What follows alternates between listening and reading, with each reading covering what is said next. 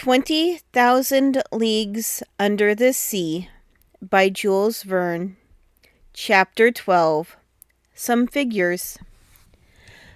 A moment after we were seated on a divan in the saloon, smoking, the captain showed me a sketch that gave the plan, section, and elevation of the Nautilus. Then he began his description in these words. Here, M. Aronnax, are the several dimensions of the boat you are in. It is an elongated cylinder with conical ends.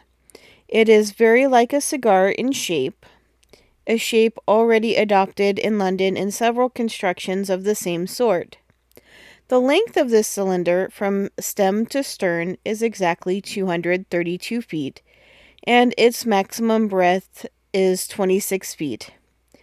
It is not built quite like your long voyage steamers, but its lines are sufficiently long, and its curves are prolonged enough to allow the water to slide off easily and oppose no obstacle to its passage. These two dimensions enable you to obtain by simple calculation the surface and cubic contents of the Nautilus. Its area measures 6,032 feet, and its contents about 1,500 cubic yards. That is to say, when completely immersed, it displaces 50,000 feet of water, or weighs 1,500 tons. When I made the plans for this submarine vessel, I meant that 9/10 should be submerged. Consequently, it ought only to displace 9/10 of its bulk. That is to say, only to weigh that number of tons. I ought not, therefore, to have exceeded that weight, constructing it on the aforesaid dimensions. The Nautilus is composed of two hulls, one inside and the other outside, joined by T-shaped irons, which render it very strong indeed. Owing to this cellular arrangement, it resists like a block, as if it were solid. Its sides cannot yield, it coheres spontaneously, and not by the closeness of its rivets, and the homogeneity of its construction, due to this perfect union of materials, enables it to defy the roughest seas. These two hulls are composed of steel plates whose density is from 0.7 to 0.8 that of water. The first is not less than 2 inches and a half thick and weighs 394 tons. The second envelope, the keel 20 inches high and 10 thick, weighs alone 62 tons.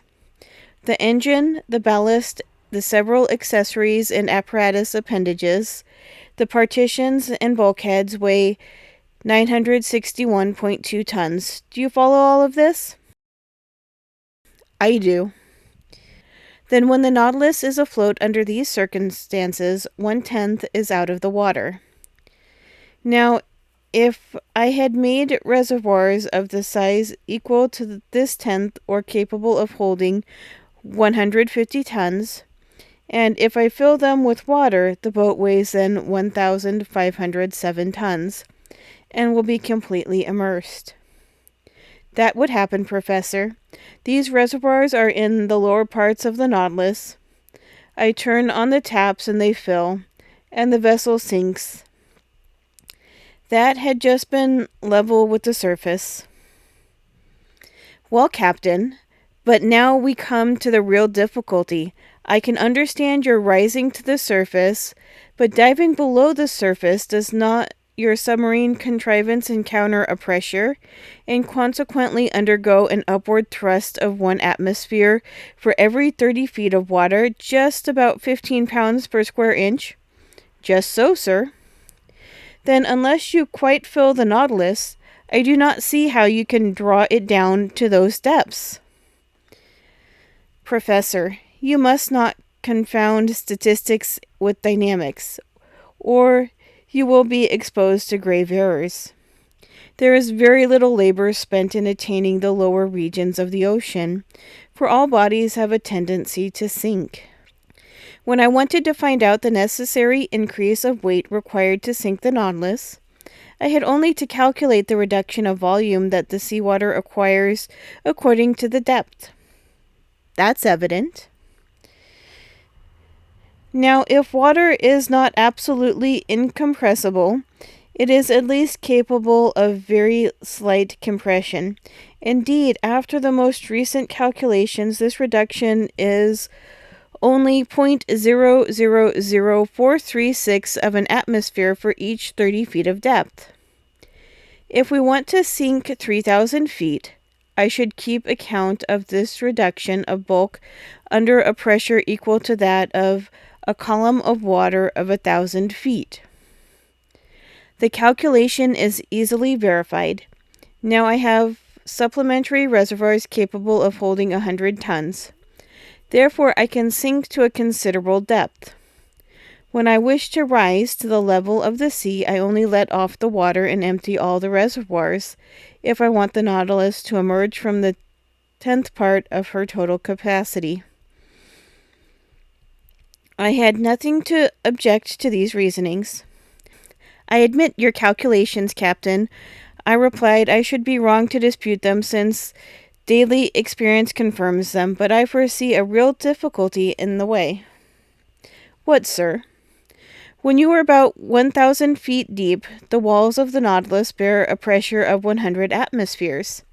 If then just now you were to empty the supplementary reservoirs to lighten the vessel and go up to the surface, the pumps must overcome the pressure of 100 atmospheres, which is 1,500 pounds per square inch from that electricity alone can give, said the captain hastily. I repeat, sir, that dynamic power of my engines is almost infinite. The pumps of the Nautilus have an enormous power, as you must have observed when their jets of water burst like a torrent upon the Abraham Lincoln. Besides, I use subsidiary reservoirs only to attain a mean depth of 750 to 1,000 fathoms, and that with a view of managing my machines. Also, when I have a mind to visit the depths of the ocean 5 or 6 miles below the surface, I make use of slower but not less infallible means. What are they, Captain? That involves my telling you how the Nautilus is worked. I am impatient to learn. To steer this boat to starboard or port, to turn, in a word, following a horizontal path, I use an ordinary rudder fixed on the back of the stern post, and with one wheel and some tackle to steer by. But I can also make the Nautilus rise and sink and rise, by a vertical movement by means of 2 inclined planes fastened to its sides, opposite of the center of flotation, planes that move in every direction, and that are worked by powerful levers from the interior. If the planes are kept parallel with the boat, it moves horizontally. If slanted, the Nautilus, according to this inclination and under the influence of the screw, either sinks diagonally or rises diagonally, as it suits me, and even if I wish to rise more quickly to the surface, I ship the screw, and the pressure of the water causes the Nautilus to rise vertically like a balloon filled with hydrogen. Bravo, Captain! But how can the steersman follow the route in the middle of the waters? The steersman is placed in a glazed box that is raised about the hull of the Nautilus, and furnished with 2 lenses. Are these lenses capable of resisting such pressure? Perfectly. Glass, which breaks at a blow, is nevertheless capable of offering considerable resistance. During some experiments of fishing by electric light in 1864 in the northern seas, we saw plates less than 1/3 of an inch thick resist the pressure of 16 atmospheres. Now, the glass that I use is not less than 30 times thicker.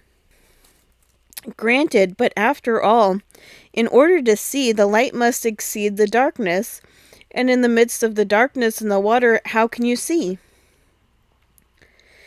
Behind the steerman's cage is placed a powerful electric reflector, the rays from which lights up the sea for half a mile in front.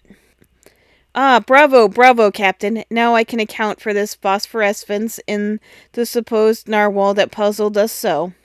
I now ask you if the boarding of the Nautilus and the Scotia that has made such a noise has been the result of a chance rencontre. Quite accidental, sir. I was sailing only fathoms below the surface of the water when the shock came. It had no bad result. None, sir, but now about your rencontre with the Abraham Lincoln. Professor, I am sorry for one of the best vessels in the American Navy, but they attacked me, and I was bound to defend myself. I contented myself, however, with putting the frigate hors de combat. She will not have any difficulty in getting repaired at the next port. Ah, Commander, your Nautilus is certainly a marvelous boat. Yes, Professor, and I love it as if it were a part of myself. If danger threatens one of your vessels on the ocean, the first impression is the feeling of an abyss above and below. On the Nautilus, men's heart never fail them. No defects to be afraid of, for the double shell is as firm as iron. No rigging to attend to, no sails for the wind to carry away, no boilers to burst, no fire to fear, for the vessel is made of iron, not of wood. No coal to run short, for electricity is the only mechanical agent. No collision to fear, for it alone swims in deep water. No tempest to brave, for when it dives below the water, it reaches absolute tranquility. There, sir, is the perfection of the vessels. And if it is true that the engineer has more confidence in the vessel than the builder, and the builder than the captain himself, you understand the trust I repose in my Nautilus, for I am at once captain, builder, and engineer. But how could you construct this wonderful Nautilus in secret? Each separate portion, Amarnox, was brought from different parts of the globe. The keel was forged at Creusot, the shaft of the screw at Pen & Co.'s London, the iron plates of the hull at Laird's of Liverpool, the screw itself at Scott's at Glasgow. The reservoirs were made by Cale & Co. at Paris, the engine by Krupp in Prussia, its beak in Motala's workshop in Sweden, its mathematical instruments by Hart Brothers of New York, etc. And each of these people had my orders under different names. But these parts had to be put together and arranged. Professor, I had set up my workshops upon a desert island in the ocean. There my workmen, that is to say, the brave men that I instructed and educated, and myself have put together our Nautilus. Then, when the work was finished, fire destroyed all trace of our proceedings on this island, that I could have jumped over if I had liked. Then the cost of this vessel is great? M. Arnox. An iron vessel costs 145 pounds per ton. Now the Nautilus weighed 1,500. It came therefore to 67,500 pounds and 80,000 pounds more for the fitting it up, and about 200,000 pounds with the works of art and the collections it contains. One last question, Captain Nemo. Ask it, Professor. You are rich? Immensely rich, sir, and I could, without missing it, pay the national debt of France. I stared at the singular person who spoke thus. Was he playing upon my credulity? The future would decide that.